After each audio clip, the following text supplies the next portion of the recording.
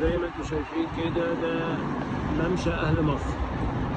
احنا دلوقتي في كوبري 15 مايو النازله بتاعت الزمالك. ده الممشى بتاع اهل مصر بعد طبعا ما اتعمل.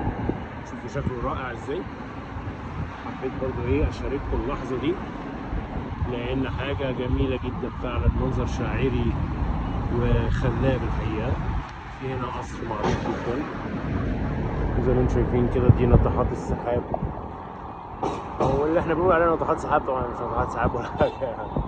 بس هو بصوا ممشى اهل مصر موضوع قد ايه جميل بالليل مع منظر النيل، عامل منظر حلو قوي. ممشى اهل مصر ده على فكره يا جماعه ده مشروع ممتد يعني بطول النيل، بطول مصر كلها. هو احنا هنا بس في القاهره، بس هو مكمل لغايه اسوان، لكم ان تتخيلوا يعني. وده على فكره يعني هو في حقيقه الامر مهم جدا لكل المصريين. انك تتمشى على النيل ده في حد ذاته دي حاجه احنا وارثينها من اجدادنا من الاف السنين، ان احنا نعيش جنب النيل ودايما نبقى قريبين من النيل.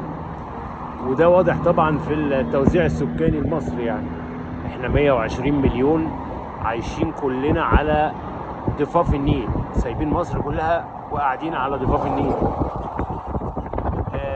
حتى حاليا، طب يعني زمان كان علشان المية مهمة جدا للحياة وكده، وكانت طبعا التكنولوجيا بسيطة، لكن دلوقتي التكنولوجيا مش بسيطة. نقدر ان احنا نعيش في الصحراء، في اعماق الصحراء، ونقدر تتوفر سبل الحياة يعني، ولكن المصريين ما زالوا هم المصريين، ما بيتغيروش. لازم نبقى جنب النيل، ما ينفعش نعيش بعيد عن النيل. فكمان ممشى اهل مصر ده انا يعني بصراحة بدعو كل المصريين ان هم يجوا فعلا يتمشوا ويقعدوا عليه.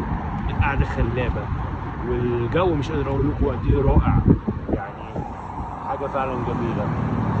فلحظة حلوة كده حبيت بس اشارككم بيها. واحنا عارفين طبعا قد ايه النيل مهم لينا على المستوى الروحاني كمان، مش على المستوى المعيشي فقط. يعني احنا زمان كنا بنرمي جميلات مصر في النيل، ودي كانت حقيقة، علشان كان هو كما لو كان وحش بنقدم له قرابين علشان ما يبخلش على مصر بالمية. فكان فعلا بيحصل ان الضحية البشرية كان فعلا نهج متبع في مصر القديمة يعني.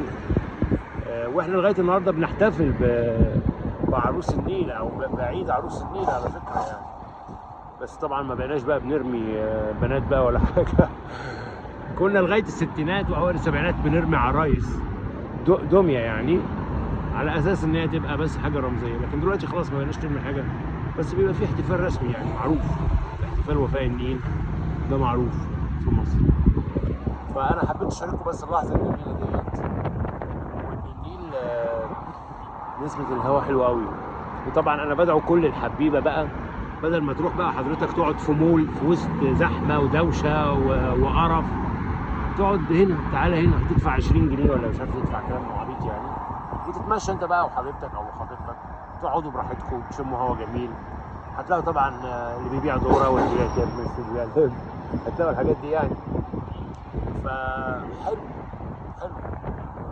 هيفضل دايما النيل هو الحاجه اللي بترفع عن المصريين.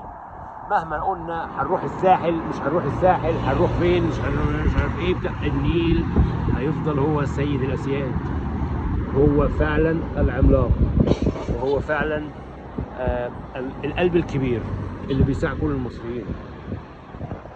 عشان كده انا يعني حبيت اقف مخصوص علشان افرجكم اللحظه الجميله دي. طبعا على فكره بالمناسبه انا مستحيل في اي وقت في اليوم اقدر اقف في المكان ده. يعني بص انا راكن ازاي، انا دي عربيتي، بص انا واقف فين، في حته يعني قاتله اصلا. على مدار اليوم يعني المريض اهو، على مدار اليوم مستحيل اقف هنا، مستحيل يعني، فاهم. طبعا احنا دلوقتي الساعه 3:30 الفجر، فالحمد لله اتاحت لي الفرصه ان انا اقف وان انا اصور المنظر الجميل ده، وان انا استمتع بيه واخليكم تستمتعوا بيه معايا يعني. وبدعوكم طبعا انتوا كلكم تيجوا هنا. والممشى ده بالذات في الحته دي بالذات على فكره يا جماعه جميله قوي قوي. لان في هارموني كده ما بين، بصوا، الاضاءه العسليه الجميله اللي منعكسه على الميه مع منظر القصر الخطير ده اللي هو فعلا كله رومانسيه وعظمه وتاريخ، مع المنظر الناحيه التانيه بتشوف بقى القاهره الحديثه وناطحات السحاب، يعني مجازا خلينا نقول ناطحات سحاب. الكنيسه المنوره دي طبعا في جوامع كتير جدا على مرمى مصر، يعني حاجه حلوه. مصر جميله وهتفضل جميله، والنيل هيفضل هو القلب الكبير، هو اللي بيرسم ملامح مصر في كل العصور. النيل. مساءكم جميل.